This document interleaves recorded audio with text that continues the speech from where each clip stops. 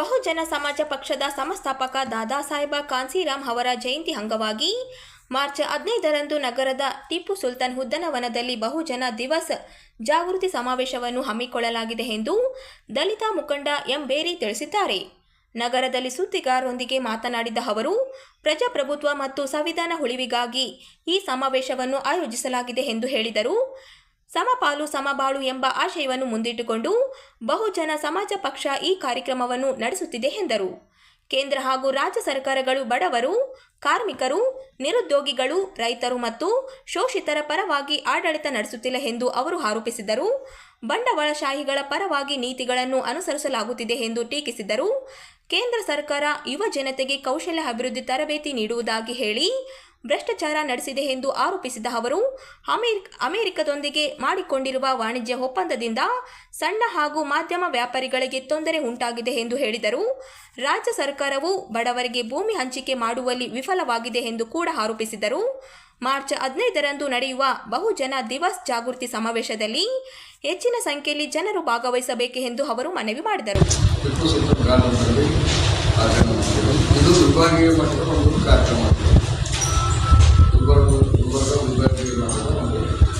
ಕಾರ್ಯಕ್ರಮವಾಗಿತ್ತು. ಈ ಕಾರ್ಯಕ್ರಮಕ್ಕೆ ಬೀದರ್, ಗುಲ್ಬರ್ಗ, ಯಾದಗಿರಿ, ರಾಯಚೂರು, ಕೊಪ್ಪಳ, ಬಳ್ಳಾರಿ, ಚಿತ್ರದುರ್ಗ ಮತ್ತು ದಾವಣಗೆರೆ ಇದು ಗುಲ್ಬರ್ಗ ಲೋಕಸಭಾ ಇದು ಜೋನಲ್ಗಳು. ಹೀಗಾಗಿ ಈ ಕಾರ್ಯಕ್ರಮ ಸುಮಾರು 2,000 ಜನ ಸೇರ್ತಾರೆ. ಈ ಎಲ್ಲ ಜಿಲ್ಲೆಗಳಿಂದ ಆಗುತ್ತಾರೆ. ಹೀಗಾಗಿ ಈ ಕಾರ್ಯಕ್ರಮಕ್ಕೆ ತಾವು ಪತ್ರಿಕಾ ಮಾಧ್ಯಮಗಳು ಎಲ್ಲಿ ನಡೀತಾ ಇದೆ? ಬಹಳ ಪ್ರಮುಖವಾಗಿ ಒಂದು ಪಕ್ಷ ಅಂದರೆ ಅದಕ್ಕೆ ಒಂದು ಸಿದ್ಧಾಂತ, ಸೈದ್ಧಾಂತಿಕ ಹಿನ್ನೆಲೆ ಇರುತ್ತೆ ಯಾವುದೇ ಪಕ್ಷಕ್ಕೆ. ಹಾಗೆ ಬಹುಜನ ಸಮಾಜ ಪಕ್ಷಕ್ಕೆ ಬಾಬಾ ಸಾಹೇಬರ ಸರ್ವರಿಗೂ ಸಮಪಾಲು ಸರ್ವರಿಗೂ ಸಮಪಾಲು ಅನ್ನುವಂಥ ತತ್ವದ ಆದರ್ಶದ ಮೇಲೆ ಈ ಪಕ್ಷ ನಡೆದಿದೆ. 1984ರಲ್ಲಿ ಬಾಬಾ ಸಾಹೇಬ್ ಅಂಬೇಡ್ಕರ್ ಅವರ ಜನ್ಮದಿನವಾದ ಏಪ್ರಿಲ್ 14ಕ್ಕೆ ಈ ಪಕ್ಷ ಜನ್ಮ ತಾಳುತ್ತೆ. ದಾದಾ ಸಾಹೇಬ್ ಕಾನ್ಸಿರಾಮ್ರವರು ಈ ದಕ್ಷಿಣ ಭಾರತ ಮಹನೀಯರೆಲ್ಲರ ವಿಚಾರಗಳನ್ನು ಬಿತ್ತುವಂಥ ಕೆಲಸ ಮಾಡ್ತಾರೆ. ಅದರಲ್ಲಿ ಬಹಳ ಪ್ರಮುಖವಾಗಿ ನಮಗೆ ಯಶಸ್ಸತಕ್ಕಂಥ ಏನಂತಂದರೆ ಅಂಬೇಡ್ಕರ್ ಒಟ್ಟಿಗೆ ಶಾಹು ಮಹಾರಾಜರು, ನಾಲ್ವಡಿ ಕೃಷ್ಣರಾಜ ಒಡೆಯರು, ಪೆರಿಯಾರ್ ರಾಮಸ್ವಾಮಿ ನಾಯಕರು, ಸಾವಿತ್ರಿಬಾಯಿ ಫುಲೆ, ಜ್ಯೋತಿರಾವ್ ಫುಲೆ, ನಾರಾಯಣ ಗುರು ಈ ಮಹನೀಯರ ವಿಚಾರಗಳನ್ನು ಆದರ್ಶವಾಗಿಟ್ಕೊಂಡು ಈ ಮಹನೀಯರನ್ನು ಇಡೀ ದೇಶಕ್ಕೆ ಪರಿಚಯಿಸಿ ಉತ್ತರ ಪ್ರದೇಶದಲ್ಲಿ ಆ ಮಹನೀಯರನ್ನು ಬಿತ್ತಿ ಒಂದು ಬಹುಜನದ ಬೆಳೆಯನ್ನು ಬೆಳೀಲಿಕ್ಕೆ ಸಾಧ್ಯತೆ ಮಾಡಿಕೊಟ್ಟಿರ್ತಕ್ಕಂಥದ್ದು ದಾದಾ ಸಾಹೇಬ್ ಕಾನ್ಸೀರಾಮ್ಜಿಯವರು. ಅವರ ಒಂದು ಹುಟ್ಟುಹಬ್ಬ ಬಹುಜನ ದಿವಸ್ ಅಂತ ಆಚರಣೆ ಮಾಡ್ತಾರೆ. ಈ ಬಹುಜನ ದಿವಸ ಅವರು ಹುಟ್ಟಿರ್ತಕ್ಕಂಥ ಮಾರ್ಚ್ 15ನೇ ತಾರೀಕಿಗೆ ಪ್ರತಿ ವರ್ಷ ಬೇರೆ ಬೇರೆ ಎಲ್ಲ ಜಿಲ್ಲಾ ಹಂತದಲ್ಲಿ ನಡೆದಾಗ ಈ ವರ್ಷ ನಾವು ನಮ್ಮ ಜಿಲ್ಲೆಯಲ್ಲಿ ಕಲಬುರಗಿ ಝೋನಲ್ ಮಟ್ಟದ ಒಂದು ಸಮಾವೇಶನ ಹಮ್ಮಿಕೊಂಡಿದ್ದೀವಿ. ಇದರಲ್ಲಿ ಬಹಳ ಪ್ರಮುಖವಾಗಿ ಈ ಪಕ್ಷದ ಒಂದು ಪ್ರಣಾಳಿಕೆನೇ ಈ ದೇಶದ ಸಂವಿಧಾನ ಅಂತ ಒಪ್ಕೊಂಡಿದೆ. ದೇಶದ ಸಂವಿಧಾನವನ್ನೇ ಪ್ರಣಾಳಿಕೆಯನ್ನಾಗಿ ಒಪ್ಪಿಕೊಂಡಿರ್ತಕ್ಕಂಥ ಮತ್ತೊಂದು ಪಕ್ಷ ಈ ದೇಶದಲ್ಲಿ ಕಾಣಲಿಕ್ಕೆ ಸಾಧ್ಯತೆ ಇಲ್ಲ. ಹಾಗಾಗಿ ಉಳಿದ ಒಂದು 10 ವರ್ಷಗಳಲ್ಲಿ 6 ವರ್ಷಗಳಲ್ಲಿ ಈ ಬಹುಜನ 11 ವರ್ಷಗಳಲ್ಲಿ ಈ ಬಹುಜನ ಸಮಾಜ ಪಕ್ಷ ದೇಶದ ರಾಷ್ಟ್ರೀಯ ಪಕ್ಷವಾಗಿ ಗುರುತಿಸಲ್ಪಡುತ್ತ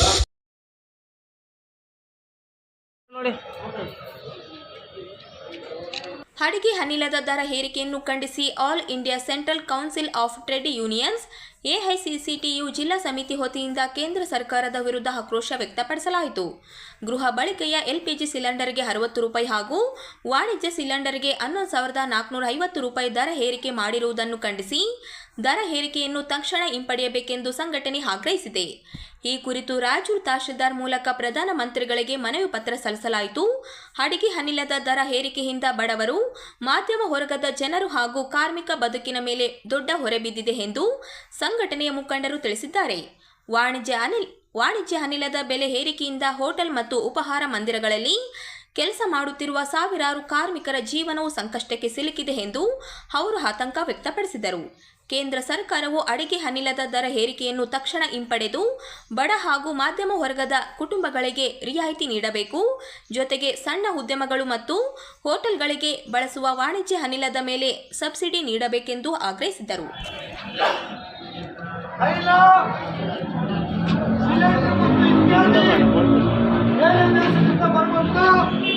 ಎಲ್ಲವನ್ನ ಇವತ್ತು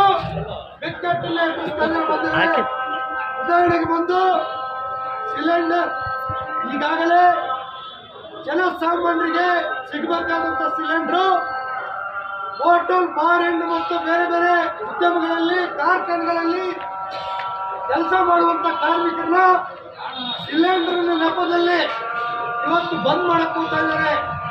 ಸಿಲಿಂಡರ್ ಇವತ್ತು ಬಿಕ್ಕಟ್ಟಾಗಿದೆ. ಒಂದು ಕಡೆ ಇವತ್ತು ರಾಜ್ಯದಲ್ಲಿ ಆಹಾರ ಇಲಾಖೆ ಸರಬರಾಜು ಮಂತ್ರಿ ಮುನಿಯಪ್ಪ ಅವರು ಒಂದು ಹೇಳಿಕೆ ಕೊಟ್ಟಿದ್ದಾರೆ. ಒಂದು ವಾರಕ್ಕೆ ಒಂದು ದಿನ ಊಟ ಬಿಡ್ಬೇಕಂತ, ನಾವು ಹಾಸ್ಟೆಲ್ನಲ್ಲಿ ಊಟ ಬಿಡ್ಬೇಕಂತ ಹೇಳ್ತಿದ್ದಾರೆ. ಎಂತ ನಾಚಿಕೆಗೇಡು ಇವತ್ತು ಸರ್ಕಾರ. ಒಂದು ಕಡೆ ನಮ್ಮ ದೇಶದಲ್ಲಿ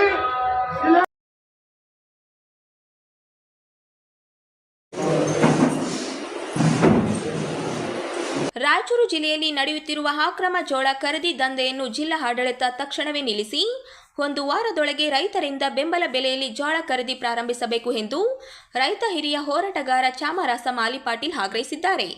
ನಗರದಲ್ಲಿ ಸುದ್ದಿಗಾರರೊಂದಿಗೆ ಮಾತನಾಡಿದ ಅವರು, ಜಿಲ್ಲೆಯ ಸಿಂಧನೂರು, ಲಿಂಗಸ್ಗೂರು, ಮಸ್ಕಿ ಸೇರಿದಂತೆ ಹಲವು ತಾಲೂಕುಗಳಲ್ಲಿ ಇನ್ನೂ ಜೋಳ ಖರೀದಿ ಪ್ರಾರಂಭವಾಗಿಲ್ಲ ಎಂದು ಆರೋಪಿಸಿದರು. ಜೋಳ ಕಟಾವು ಆಗಿ 1 ತಿಂಗಳು ಕಳೆದರೂ ಖರೀದಿ ಪ್ರಕ್ರಿಯೆ ಆರಂಭವಾಗದಿರುವುದು ರೈತರನ್ನು ಸಂಕಷ್ಟಕ್ಕೆ ತಳ್ಳಿದೆ ಎಂದರು.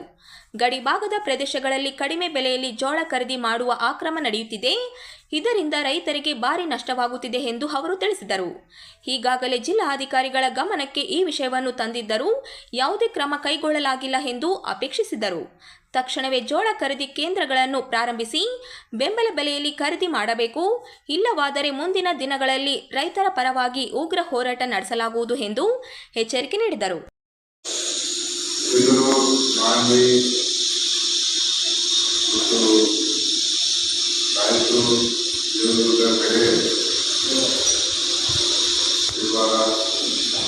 ಜೋಳ ರೈತರು ಬೆಳೆದು ಈಗಾಗಲೇ ಖರೀದಿ ಕೇಂದ್ರಕ್ಕೆ ಕೊಡಲಿಕ್ಕೆ ನೋಂದಣಿ ಮಾಡಿದ್ದಾರೆ.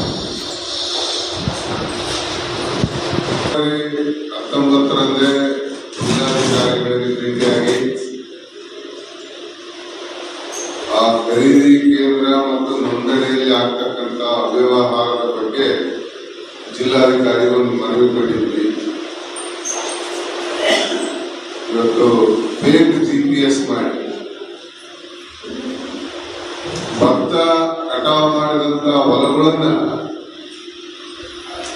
ಜೋಳ ಅಂತ GPS ಮಾಡಿದ್ದಾರೆ. ಅಂದ್ರೆ ಖರೀದಿ ಕೇಂದ್ರಕ್ಕೆ ಜೋಳ ಕೊಡಕ್ಕೆ ಇದ್ರ ಉದ್ದೇಶ ಏನಂದ್ರೆ ಪಕ್ಕದ ಆಂಧ್ರದಲ್ಲಿ ಕಡಿಮೆ ಬೆಲೆಗೆ ಸಿಗ್ತಕ್ಕಂಥ ಜೋಳವನ್ನ ಖರೀದಿ ಮಾಡಿಕೊಂಡು ಬಂದು ಇಲ್ಲಿ 3,730 ರೂಪಾಯಿಗೆ ಏನಂತಂದ್ರೆ ಮಾರಾಟ ಮಾಡುವ ಒಂದು ದುರುದ್ದೇಶದಿಂದ ಈ ಫೇಕ್ GPS ನಡೆದಿದೆ. ಇದ್ರ ಬಗ್ಗೆ ಜಿಲ್ಲಾಧಿಕಾರಿಗೆ ನಾವು ಬಹಳ ಒತ್ತಾಯ ಮಾಡಿದ್ದೀವಿ. ಅವರೇನೋ ಮರು ಸರ್ವೆಗೆ ಆದೇಶ ಮಾಡಿದ್ದಾರೆ. ಇಲ್ಲಿ ಏನಾಗಿದೆ, ಆಡಳಿತ ನಡೆಸ್ತಕ್ಕಂಥವರು ದಾರಿ ತಪ್ಪಿದ ಪರಿಣಾಮವಾಗಿ ವಾಸ್ತವಿಕವಾಗಿ ನಿಜವಾಗಿ ಜೋಳ ಬೆಳೆದಂತ ರೈತರು ಇವತ್ತು ಖರೀದಿ ಕೇಂದ್ರಕ್ಕೆ ಕೊಡಲಾರಂತ ಸ್ಥಿತಿ ನಿರ್ಮಾಣ ಆಗಿದೆ. ವಿಳಂಬ ಆಗಿದೆ. ಈ ಜೋಳ ಕಟಾವು ಮಾಡಿ 1.5 ತಿಂಗಳು 2 ತಿಂಗಳಾಯ್ತು. ಇನ್ನೂ ಏನಂತಂದ್ರೆ ಖರೀದಿ ಪ್ರಾರಂಭ ಆಗಿದೆ. ಕಾರಣ ಏನಂದ್ರೆ ಈ ಮರು ಸರ್ವೆ ಅದು ಮರು ಸರ್ವೆ ಕೂಡ ಸರಿಯಾಗಿ ಮಾಡ್ತಾ ಇಲ್ಲ.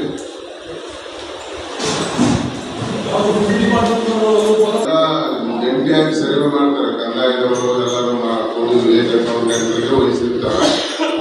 ಯಾವ ಹೊಲ ಜೋಳ ಹಾಕಿದ್ದಾರೆ, ಯಾವ ಹೊಲ ಇಲ್ಲ ಅಂತಂದು ರೆಕಾರ್ಡ್ ಮಾಡೋ ಜವಾಬ್ದಾರಿ ಅವ್ರದ್ದು. ಇವತ್ತು ಭತ್ತ ಕಟಾವು ಮಾಡಿದಂತ ಹೊಲಗಳನ್ನ ಹಿಂಗಾರಿ ಜೋಳ ಅಂತ GPS ಮಾಡಿದ್ದಾರೆ.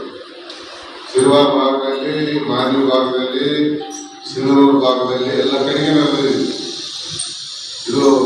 ಕಳೆದ ಕೆಲವು ವರ್ಷಗಳಿಂದ ನಡೆದಿದೆ. ಅದು ಹೋದ್ಸಲ ನಿಮ್ಗೆ ಗೊತ್ತಾಯ್ತಲ್ಲ, ಮಾನ್ಯಲ್ಲಿ ದೊಡ್ಡ ಗಲಾಟೆ ಆಯಿತು.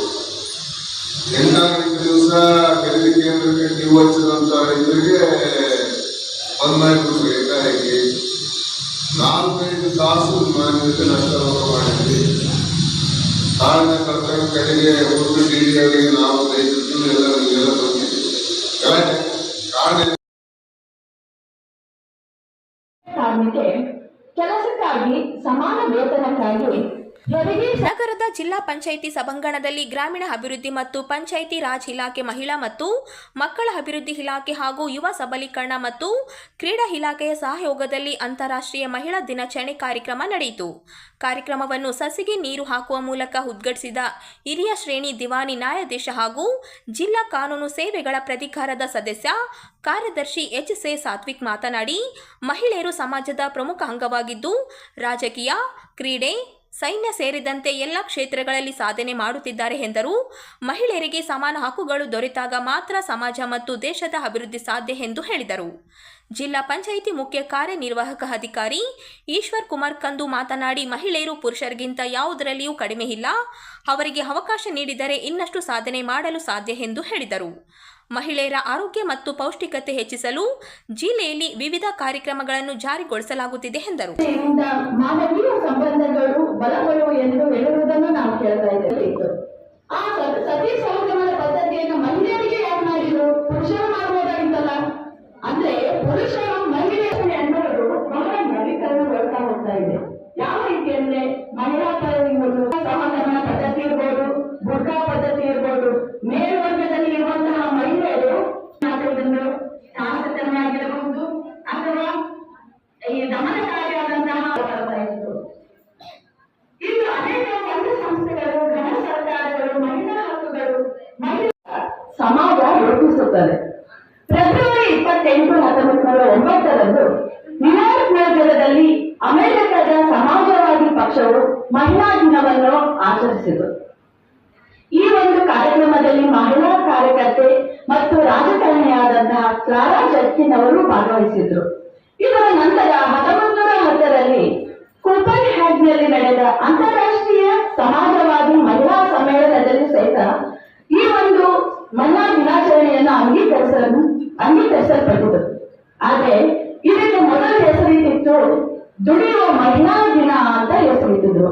ತದನಂತರ ಈ ಒಂದು ದಿನಾಚರಣೆಯನ್ನು ದುಡಿಯುವ ಮಹಿಳಾ ದಿನಾಚರಣೆ ಅಂತ ಆಚರಣೆ ಮಾಡಲಾರದೆ ಅಂತಾರಾಷ್ಟ್ರೀಯ ಮಹಿಳಾ ದಿನಾಚರಣೆ ಅಂತ ಆಚರಿಸಬೇಕು ಅಂತ ಎಲ್ಲವೂ ಒಪ್ಪಂದ ಆಯಿತು.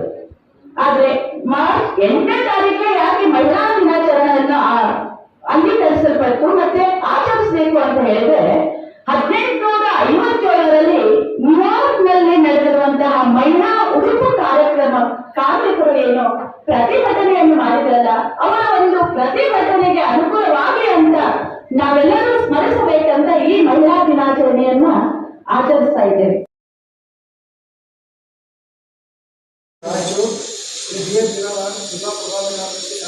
ಮಾತೋಶ್ರೀ ಮಾಂತಮ್ಮ ಶಿವಬಸಪ್ಪ ಗೋನಾಳ ಪ್ರತಿಷ್ಠಾನ ಹಾಗೂ ಪ್ರತಿಭಾ ಸುಗಮ ಸಂಗೀತ ಸಂಸ್ಥೆಯ 16ನೇ ವಾರ್ಷಿಕೋತ್ಸವದ ಅಂಗವಾಗಿ ರಾಜ್ಯ ಮಟ್ಟದ ಮಹಂತ ಪ್ರಶಸ್ತಿ ಪ್ರದಾನ ಸಮಾರಂಭ ಮತ್ತು ಜನಪದ ಸಂಭ್ರಮ ಕಾರ್ಯಕ್ರಮವನ್ನು ಮಾರ್ಚ್ 15ರಂದು ನಗರದ ಪಂಡಿತ್ ಸಿದ್ದರಾಮ ಜಂಬಲ್ದಿನ್ನಿ ರಂಗಮಂದಿರದಲ್ಲಿ ಆಯೋಜಿಸಲಾಗಿದೆ ಎಂದು ಪ್ರತಿಷ್ಠಾನದ ಅಧ್ಯಕ್ಷ ಶರಣಪ್ಪ ಗೋನಾಳ ತಿಳಿಸಿದ್ದಾರೆ. ನಗರದಲ್ಲಿ ಸುದ್ದಿಗಾರರೊಂದಿಗೆ ಮಾತನಾಡಿದ ಅವರು, ಅಂದು ಸಂಜೆ 6 ಗಂಟೆಗೆ ಅಂತಾರಾಷ್ಟ್ರೀಯ ಹಾಗೂ ಸ್ಥಳೀಯ ಜನಪದ ಕಲಾವಿದರಿಂದ ರಸಮಂಜರಿ ಜನಪದ ಹಾಗೂ ಹಾಸ್ಯಮಯ ಕಾರ್ಯಕ್ರಮಗಳು ನಡೆಯಲಿವೆ ಎಂದು ಹೇಳಿದರು. ಈ ಸಂದರ್ಭದಲ್ಲಿ ಜನಪದ ಹಾಡು, ವಚನ ನೃತ್ಯ, ಭರತನಾಟ್ಯ ಮತ್ತು ಸಂಗೀತ ಕಾರ್ಯಕ್ರಮಗಳನ್ನು ಕೂಡ ಆಯೋಜಿಸಲಾಗಿದ್ದು ಸ್ಥಳೀಯ ಕಲಾವಿದರಿಗೆ ಪ್ರೋತ್ಸಾಹ ನೀಡಲಾಗುವುದು ಎಂದರು. ಕಾರ್ಯಕ್ರಮದ ದಿವ್ಯ ಸಾನ್ನಿಧ್ಯವನ್ನು ಚಿತ್ತರಗಿ ಸಂಸ್ಥಾನ ಮಠದ ಶ್ರೀ ಮಣಿಪ್ರ ಗುರು ಮಹಂತ ಸ್ವಾಮಿಗಳು ಹಾಗೂ ಡಾಕ್ಟರ್ ಸಿದ್ಧಲಿಂಗ ಮಹಾಸ್ವಾಮಿಗಳು ವಹಿಸಲಿದ್ದಾರೆ. ಕಾರ್ಯಕ್ರಮವನ್ನು ಎನ್.ಎಸ್. ಬೋಸರಾಜು ಉದ್ಘಾಟಿಸಲಿದ್ದು ಶಾಸಕರಾದ ಡಾಕ್ಟರ್ ಶಿವರಾಜ್ ಪಟೇಲ್ ಅಧ್ಯಕ್ಷತೆ ವಹಿಸಲಿದ್ದಾರೆ. ಸಾರ್ವಜನಿಕರು ಹೆಚ್ಚಿನ ಸಂಖ್ಯೆಯಲ್ಲಿ ಭಾಗವಹಿಸಿ ಕಾರ್ಯಕ್ರಮವನ್ನು ಯಶಸ್ವಿಗೊಳಿಸಬೇಕೆಂದು ಮನವಿ ಮಾಡಿದರು.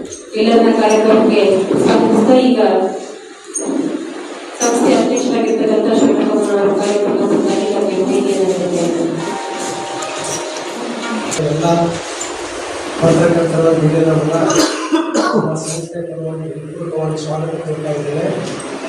ಪ್ರತಿ ವರ್ಷದಂತೆ ಈ ವರ್ಷ 16ನೇ ವರ್ಷದ ಒಂದು ಮಾತೃಶ್ರೀ ಪ್ರಶಸ್ತಿ ಪ್ರದಾನ ಸಮಾರಂಭ ಮತ್ತು ಚರಕದ ಸಂಭ್ರಮ ಕಾರ್ಯಕ್ರಮ. ಈ ಕಾರ್ಯಕ್ರಮದಲ್ಲಿ ನಾಡಿನ ಹೆಸರಾಂತ ಕಲಾವಿದರು, ಆಪ್ತಗೇರಿ ತಿಮ್ಮರಾಜರು ಮತ್ತು ಲೋಕಲ್ ಪ್ರತಿಭೆಗಳನ್ನು ಹೊರತರ್ತಕ್ಕಂಥ ಒಂದು ಕೆಲಸವನ್ನು ನಮ್ಮ ಸಂಸ್ಥೆ ಮಾಡಿಕೊಂಡು ಬರ್ತಾ ಇದೆ. ಈ ಒಂದು ಕಾರ್ಯಕ್ರಮವನ್ನು ಮಾತೃಶ್ರೀ ಪ್ರಶಸ್ತಿ ಪ್ರದಾನ ಸಮಾರಂಭ ಬೆಳಗ್ಗೆ 10:30ಕ್ಕೆ. ಈ ಕಾರ್ಯಕ್ರಮದ ಒಂದು ಕೃಪಾಶೀರ್ವಾದದಿಂದ ಮಾಲೀಕ ನಿರ್ದೇಶಕ ಡಾಕ್ಟರ್ ವಿಜಯ ಮಾಧವಸ್ವಾಮಿಗಳು ಚಿತ್ರಗಿ ಸಂಸ್ಥಾನ ಮಠ ಇನ್ಕಲ್ ಇವರ ಕೃಪಾಶೀರ್ವಾದದಿಂದ ದಿವ್ಯ ಸಾನ್ನಿಧ್ಯವನ್ನು ಮಾಲೀಕ ಮಹಂತ ಸ್ವಾಮಿಗಳು ಚಿತ್ರಗಿ ಸಂಸ್ಥಾನ ಮಠ ಇನ್ಕಲ್ ಅವರು ಸಾನ್ನಿಧ್ಯ ವಹಿಸಿಕೊಳ್ತಾ ಇದ್ದಾರೆ. ಈ ಕಾರ್ಯಕ್ರಮದ ಉದ್ಘಾಟನೆಯನ್ನು ಶ್ರೀ NS ಬೋಸರಾಜ್ ಸನ್ಮಾನ್ಯ ಸಣ್ಣ ನೀರಾವರಿ ವಿಜ್ಞಾನ ಮತ್ತು ತಂತ್ರಜ್ಞಾನ ಸಚಿವರು ಕಾರ್ಯಕ್ರಮವನ್ನು ಉದ್ಘಾಟನೆಯನ್ನು ಮಾಡ್ತಾ ಇದ್ದಾರೆ. ಈ ಕಾರ್ಯಕ್ರಮದ ಅಧ್ಯಕ್ಷತೆಯನ್ನು ಡಾಕ್ಟರ್ ಶಿವರಾಜ್ ಪಾಟೀಲ್ ಶಾಸಕರು ರಾಯಚೂರು ಅಧ್ಯಕ್ಷತೆ ವಹಿಸಿಕೊಳ್ತಾ ಇದ್ದಾರೆ. ಮುಖ್ಯ ಅತಿಥಿಗಳಾಗಿ ಶ್ರೀ ವಿಷ್ಣುಕಾಂತ್ ಗುಡ್ಡಾಳ್ ಸಂಸ್ಥಾಪಕರು ಶಿಲ್ಪಾ ಮೆಡಿಕಲ್ ಅವರು ಮುಖ್ಯ ಅತಿಥಿಗಳಾಗಿ ಪಾಲ್ಗೊಳ್ತಾ ಇದ್ದಾರೆ. ಶ್ರೀ ಚಂದ್ರಶೇಖರ್ ಪಾಟೀಲ್ ಮಿರ್ಜಾಪುರ್ ಅಧ್ಯಕ್ಷರು ಪುರುಷರು ಲಿಂಗಾಯತ್ ಮಹಾಸಭಾ ರಾಯಚೂರು, ಶ್ರೀ ಜಯಣ್ಣ ಮಾಜಿ ಅಧ್ಯಕ್ಷರು ಹಾಗೂ ಹಾಲಿ ನಗರಸಭಾ ಸದಸ್ಯರು ರಾಯಚೂರು, ಶ್ರೀ ಕೆ ಶಾಂತಪ್ಪ ಅಧ್ಯಕ್ಷರು ಹಿಂದುಳಿದ ವರ್ಗದ ಒಕ್ಕೂಟ ರಾಯಚೂರು, ಶ್ರೀ ರವೀಂದ್ರ ಜರ್ದಾರ್ ಅಧ್ಯಕ್ಷರು ಆಶೀರ್ವಾದ ಕಾಲೋನಿ ರಾಯಚೂರು, ಶ್ರೀ KN ನಾಗರಾಜ್ ನಗರಸಭಾ ಸದಸ್ಯರು ರಾಯಚೂರು, ಶ್ರೀ ರಂಗಣ್ಣ ಪಾಟೀಲ್ ಅರುಳಿ ಅಧ್ಯಕ್ಷರು ಜಿಲ್ಲಾ ಕನ್ನಡ ಸಾಹಿತ್ಯ ಪರಿಷತ್ ರಾಯಚೂರು, ಶ್ರೀ ಗಿರಿಜಾಶಂಕರ್ ಮಾಜಿ ಅಧ್ಯಕ್ಷರು ಭಕ್ತಿ ಬೋರ್ಡ್ ಮೈನ್ಸ್ ಮೈಸೂರು, ಶ್ರೀ ಸಾವಿತ್ರಿ ಪುರುಷೋತ್ತಮ್ ಅಧ್ಯಕ್ಷರು ಆರ್ಯವೈಶ್ಯ ಸಮಾಜ ರಾಯಚೂರು, ಶ್ರೀ ಡಾಕ್ಟರ್ ಎಸ್ ಬಾಲಾಜಿ ರಾಜ್ಯಾಧ್ಯಕ್ಷರು ಕನ್ನಡ ಜಾನಪದ ಪರಿಷತ್ ಬೆಂಗಳೂರು, ಶ್ರೀ ನಾಗರಾಜ್ ಮಸ್ಕಿ ಅಧ್ಯಕ್ಷರು ಶರಣ ಸಾಹಿತ್ಯ ಪರಿಷತ್ ರಾಯಚೂರು, ಶ್ರೀ ಅಶೋಕ್ ಗೌಡ ಮಿರ್ಜಾಪುರ್ ನಿವೇದಾರರು ರಾಯಚೂರು, ಶ್ರೀ ಬಿ ಬಸವರಾಜ್ ಅಧ್ಯಕ್ಷರು ಅಭಯಗಿರಿ ಆಂಜನೇಯ ದೇವಸ್ಥಾನ ರಾಯಚೂರು, ಶ್ರೀ ಮಲ್ಲಿಕಾರ್ಜುನ್ ಪ್ರಭಾರಿ ಸಹಾಯಕ ಲೆಕ್ಕಾಧಿಕಾರಿಗಳು ಜಸ್ಕಾಂ ರಾಯಚೂರು, ಶ್ರೀ ವೆಂಕಟೇಶ್ವರ ರಾವ್ ನಿವೃತ್ತ ಹಿರಿಯ ನಿರೀಕ್ಷಕರು ಬಳ್ಳಾರಿ, ಶ್ರೀ ವಿಜಯಕುಮಾರ್ ಪ್ರಜಾನ್ ಉಪಾಧ್ಯಾಯರು ಅಶೋಕ್ ಕೇಂದ್ರ ರಾಯಚೂರು, ಶ್ರೀ ಅಮರೇಶ್ ಪಿ ಕುಮಾರ್ ಅಧ್ಯಕ್ಷರು ಸಮರ್ಥ ಶಿವ ಸಂಸ್ಥೆ ಶಿವಕೂರು, ಶ್ರೀ ಪ್ರಬಂಧಗೌಡ ಹಂಚ